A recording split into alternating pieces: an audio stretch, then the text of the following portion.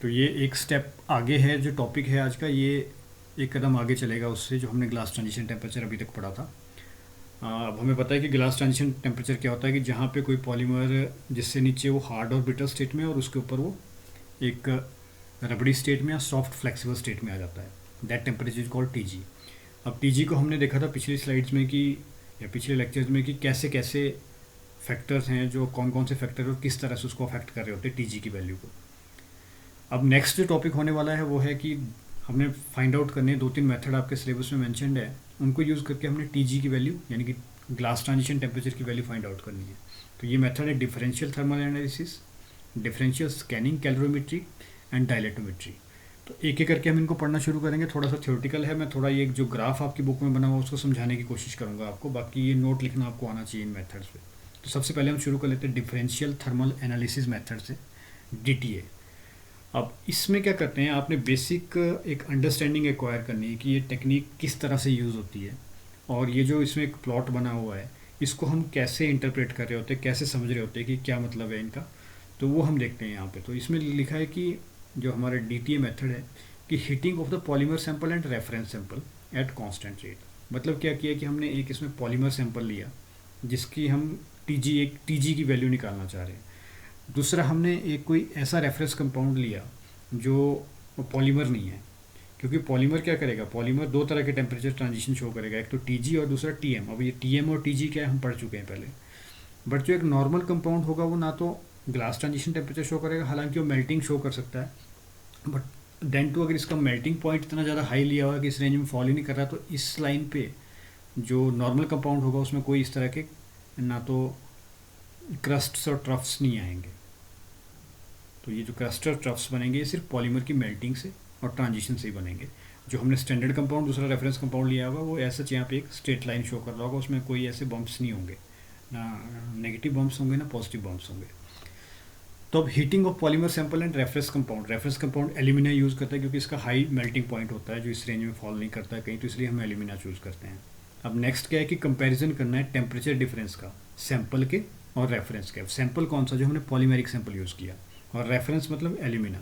तो एक तरफ हम एल्यूमिना को भी हीट करते जा रहे हैं उसी रेट से जिस हीट से हम पॉलीमर सॉल्यूशन को हीट कर रहे हैं या पॉलीमर सैंपल को हीट कर रहे हैं। फिर क्योंकि जो एल्यूमिना है ये तो वैसे कोई ट्रांजिशन शो नहीं करेगा, फिर हम उसका जो टेम्परेचर डिफरेंस है वो कंपेयर करेंगे कि जो सैंपल के साथ कैसे वो टेम्परेचर डिफरेंस मैच कर रहा है। अब देखते हैं कि near transition region the specific heat of the polymer sample show rapid change, और इसको हम कहते हैं ग्लास ट्रांजिशन आर एक्सोथर्मिक। अब क्या हुआ, हमने इस तरह से, अब ये टेम्परेचर एक्सिस है, इसका मतलब क्या होगा कि इस पॉइंट से और इस पॉइंट की तरफ टेम्परेचर बढ़ता जा रहा है। तो यहाँ पे हमने टेम्परेचर जब जीरो था तो यहाँ पे एल्यूमिनियम भी लिया हुआ था एक तरफ हमने पॉलीमर का सैंपल लिया हुआ था, तो उसको हमने हीट करना शुरू किया।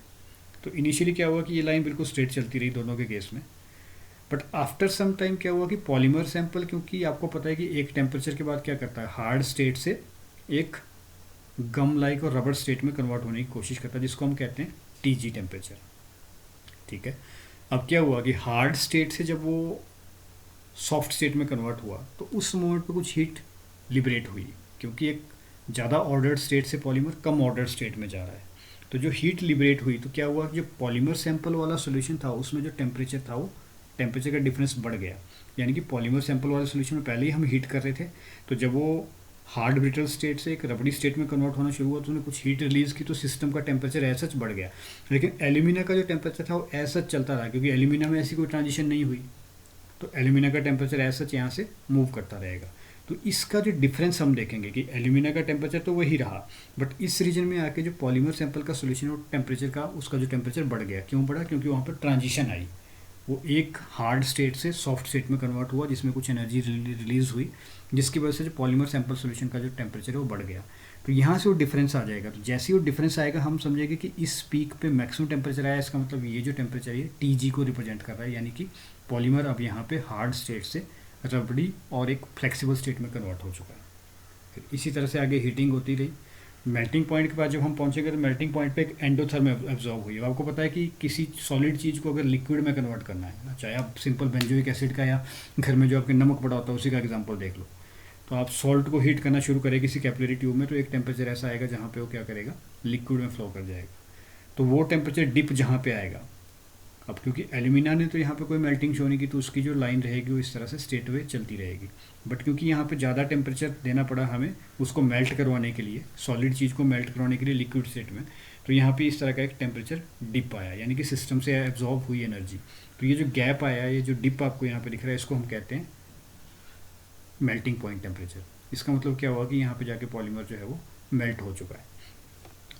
तो क्योंकि ज़्यादा फोकस हमारा रहना चाहिए टीजी की वैल्यू पे, जिसको हम कहते हैं ग्लास ट्रांजिशन टेम्परेचर, तो हम ज़्यादा एक्सप्लेन करने की कोशिश करेंगे कि डीटीए मेथड से टीजी जो है कैसे एक्सप्लेन होता है। तो वही दो पॉलीमर, एक हमने सब्सटेंस लिए, एक हमारा पॉलीमर सैंपल था और दूसरा हमारा एक स्टैंडर्ड रेफरेंस कंपाउंड था। उन दोनों को हमने हीट करना शुरू किया। एक पॉइंट ऐसा आया जहाँ पे उनका टेम्परेचर डिफरेंस क्रिएट हुआ, क्योंकि पॉलीमर सॉलिड स्टेट से फ्लेक्सिबल स्टेट में जा रहा था, तो उसने कुछ अमाउंट ऑफ एनर्जी लिबरेट की। तो उस लिबरेशन ऑफ एनर्जी को हमने कंपेयर किया स्टैंडर्ड एल्यूमिनियम के साथ, तो जहाँ पे ओरिजिन आया उसको हमने टीजी डिनोट किया। तो यहाँ पे लिख रहा है कि therefore near transition the amount of heat required to maintain constant temperature is more or less than the reference which is recorded as peak. तो ट्रांजिशन एक तो यहाँ पे हो रही है, दूसरी यहाँ हो रही है जहाँ मेल्टिंग हो रही है। तो जहाँ पे ट्रांजिशन हो रही है वहाँ पे जो actual amount polymer solution use कर रहा है हीट का, वो ज़्यादा हो रहा है या कम हो रहा है, तो उस ज़्यादा या कम से हम पता लगा सकते हैं कि ये ग्लास ट्रांजिशन टेम्परेचर है कि मेल्टिंग पॉइंट टेम्परेचर है। तो ये था आपका डीटीए मेथड। अब मेथड नंबर 2 जो होने वाला है उसको कहते हैं हम डिफरेंशियल स्कैनिंग कैलोरीमेट्री, डीएससी। ये काफ़ी मिलता जुलता मेथड है डीटीए से ही, क्योंकि इसमें भी दो कंपाउंड यूज़ होंगे, एक आपका पॉलीमर सैंपल होगा, दूसरा आपका एक रेफरेंस कंपाउंड होगा। बट बजाय यहाँ पे हम हीट एब्जॉर्ब करने के, हम यहाँ पे क्या करते हैं कि इलेक्ट्रिक एनर्जी, यानी कि हम करेंगे यहाँ पे भी हीटिंग ही, पॉलीमर सैंपल की भी हीटिंग होनी है, रेफरेंस कंपाउंड की भी हीटिंग होनी है, और साइमल्टेनियसली रेट से होनी है, दोनों बराबर रेट से होनी है। बट यहाँ पे खास बात ये है कि हम हीटिंग के लिए इलेक्ट्रिकल एनर्जी यूज़ करते हैं। इलेक्ट्रिकल एनर्जी, तो पॉलीमर सैंपल के रेफरेंस कंपाउंड की हीटिंग हुई सेपरेट मेटल कंटेनर में। Temperature of each container is recorded with heat sensor, उसमें हीट सेंसर लगा होता है। अब हीटिंग के लिए हम इलेक्ट्रिकल एनर्जी यूज़ कर रहे हैं, उसमें हीट सेंसर लगा हुआ है। When the sample suddenly absorbs heat during transition, greater current flow to heater is observe to compensate for heat loss which is recorded. अब यहाँ पे क्या हुआ कि ये हमने दोनों सब्सटेंसेस को हीट करना शुरू किया, लेकिन जैसे ही पॉलीमर ट्रांजिशन जोन में गया, ट्रांजिशन मतलब जहाँ से वो हार्ड से लेके फ्लेक्सिबल स्टेट में कन्वर्ट होना शुरू हुआ, तो उसने क्या किया, वहाँ पे ज़्यादा हीट एब्जॉर्ब की, उसने ज़्यादा हीट एब्जॉर्ब की। अब क्योंकि जो हमारा रेफरेंस कंपाउंड उसको तो हीट नहीं लगी, उसकी लाइन ऐसे चलती रही, क्योंकि वहाँ पे कोई ट्रांजिशन नहीं हो रही थी। बट पॉलीमर को अपनी हार्ड स्टेट से थोड़ी फ्लेक्सिबल स्टेट में आने के लिए ज़्यादा हीट चाहिए थी, तो उसने हीट एब्जॉर्ब की सिस्टम से। जब हीट एब्जॉर्ब की तो ज़्यादा करंट की वैल्यू आई। मतलब अब आपने देखा होगा कि आपका जैसे घरों में हीटर होता है, मान लो उसमें 2 रॉड सिस्टम है, तो जब आप एक रॉड जलाएंगे तो उसमें कम यूनिट इलेक्ट्रिसिटी चलेगी, अगर आप दूसरी रॉड भी ऑन कर देंगे तो उसमें ज़्यादा इलेक्ट्रिसिटी कंज्यूम होगी। तो क्योंकि यहाँ पे ज़्यादा एनर्जी चाहिए थी, तो उसने ज़्यादा करंट एब्जॉर्ब किया, और ज़्यादा करंट एब्जॉर्ब किया तो हमने यहाँ पे देखा कि इलेक्ट्रिक करंट का फ्लो शो कर रहा है, जो स्टार्टिंग में बराबर चल रहा था दोनों कंपाउंड के लिए, यानी कि पॉलीमर के लिए भी और रेफरेंस कंपाउंड के लिए भी। बाद में रेफरेंस कंपाउंड के लिए तो उतना ही रहा हो, लेकिन पॉलीमर को क्योंकि यहाँ पे हीट चाहिए थी ट्रांजिशन शो करने के लिए, हार्ड स्टेट से सॉफ्ट स्टेट के लिए, तो यहाँ पे ज़्यादा करंट उसने एब्जॉर्ब किया, तो इस तरह से एक मैक्सिमा आया यहाँ पे। फिर जब वो कन्वर्ट हो गया तो फिर से वैसे ही चलता रहा, फिर उसने फिर से अपने आप को कन्वर्ट किया उस सॉफ्ट स्टेट से एक लिक्विड स्टेट में, तो उसने एक और हाई एनर्जी मैक्सिमा आया जहाँ पे उसने ज़्यादा करंट एब्जॉर्ब किया। तो ये जो करंट्स की वैल्यू यहाँ पे बढ़ रही है, ये रिप्रेजेंट कर रहा है ग्लास ट्रांजिशन टेम्परेचर को और मेल्टिंग पॉइंट टेम्परेचर को। इसमें सिर्फ इतना ही समझने का है कि जहाँ जहाँ पे पॉलीमर ये ट्रांजिशन शो करेगा वहाँ पे वो ज़्यादा करंट एब्जॉर्ब करेगा, और वो ज़्यादा करंट एब्जॉर्ब करेगा तो हमें एकदम पता चल जाएगा कि यहाँ ज़्यादा करंट यूज़ हो रहा है, इसका मतलब यहाँ पे ट्रांजिशन आनी शुरू हो गई है। तो this is more sensitive method, क्योंकि आपको पता है कि इलेक्ट्रिक करंट को एब्जॉर्ब करना बहुत, इनको ऑब्जर्व करना बहुत आसान है, और इससे काफ़ी एक्यूरेसी के साथ हम टीजी और टीएम की वैल्यू डिटरमिन कर सकते हैं। क्योंकि हीट वाले फैक्टर में ऐसा हो सकता है कि हम थोड़ा टेम्परेचर डिफरेंस कर जाएं, ये हो सकता है वो 90 डिग्री पे, जैसा पिछला मेथड था कि 90 डिग्री पे मेल्ट हुआ होगा, तो हमने हो सकता है कि देखते देखते 92 डिग्री ऑब्जॉर्व कर लिया, तो उसमें चांसेस ऑफ एरर ज़्यादा है। लेकिन इलेक्ट्रिक करंट वाला मेथड ज़्यादा सेंसिटिव है, वो एकदम से बता देगा कि यहाँ पे ट्रांजिशन हुई तो ये इसका टीजी है और ये इसका टीएम की वैल्यू है। तो ये दो मेथड हो गए। अब आते हैं मेथड नंबर 3 पे। मेथड नंबर 3 है डायलेटोमेट्री।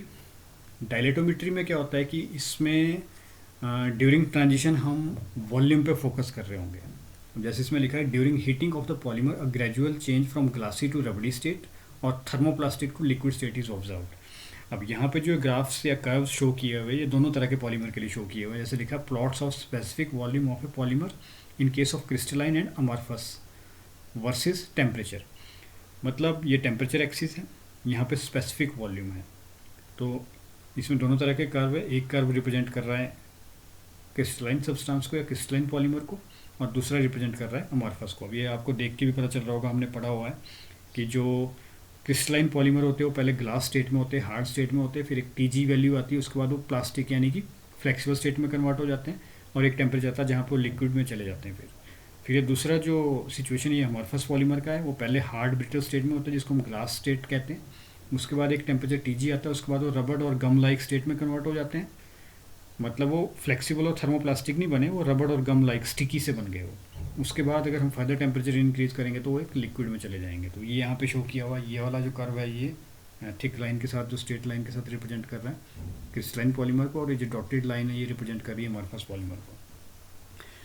तो अब इसमें क्या हुआ कि अब आपको पता है कि जब हम सॉलिड से लिक्विड में जाएंगे तो लिक्विड से गैस में जाते हैं। आपका एक जनरल प्रिंसिपल है कि वॉल्यूम जो है वो बढ़ता जाता है, स्पेसिफिक वॉल्यूम जो है उस सिस्टम का बढ़ता जाता है। तो ग्लास स्टेट ज़्यादा ऑर्डर्ड स्टेट है, सॉलिड स्टेट है, तो एज सच उस सिचुएशन में जो पॉलीमर का वॉल्यूम होगा वो कम होगा।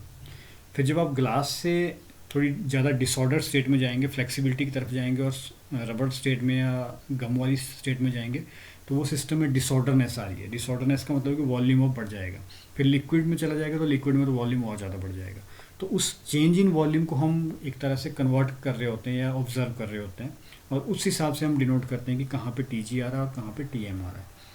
सो therefore the change in specific volume of the polymer with temperature is plotted as shown. जैसे जैसे टेम्परेचर बढ़ेगा, तो ग्लास था तो ये लो वॉल्यूम कंडीशन है, ये हार्ड स्टेट को रिप्रेजेंट कर रहा है पॉलीमर की। जैसे ग्लास ट्रांजिशन टेम्परेचर पे पहुंचे उसके बाद क्या हुआ, वो एक डिसऑर्डर स्टेट को रिप्रेजेंट कर रहा है, फ्लेक्सिबल और रबड़ स्टेट को रिप्रेजेंट कर रहा है। तो आप देख रहे हैं कि वॉल्यूम अब बढ़ना शुरू हो गया है। तो जैसे जैसे टेम्परेचर बढ़ता रहेगा इस एक्सिस पे, वैसे वैसे यहाँ वॉल्यूम भी बढ़ता रहेगा, और फाइनली आप देखेंगे कि एक अब्रप्ट चेंज आएगा वॉल्यूम में जब वो लिक्विड में कन्वर्ट हो जाएगा। तो ऐसे रीजन जहाँ से सडनली चेंज होना शुरू हुआ वॉल्यूम, उसको हमने टी और टी डिनोट किया वहाँ पे। तो ये कुछ मेथड्स थे डिटर्मिनेशन के टी के, यानी कि ग्लास ट्रांजिशन टेम्परेचर के। ये मेथड्स आपको आने चाहिए, इनमें से किसी पे भी एक पे या दो पे नोट लिखने को आ सकते हैं, 5 मार्क्स के और 10 मार्क्स के। तो ये क्वेश्चन कैसे अटेम्प्ट करने वो आपको आना चाहिए, आपकी नॉलेज में होना चाहिए। अब तो नेक्स्ट लेक्चर में हम अपना नया टॉपिक शुरू करेंगे, इसमें इतना ही है।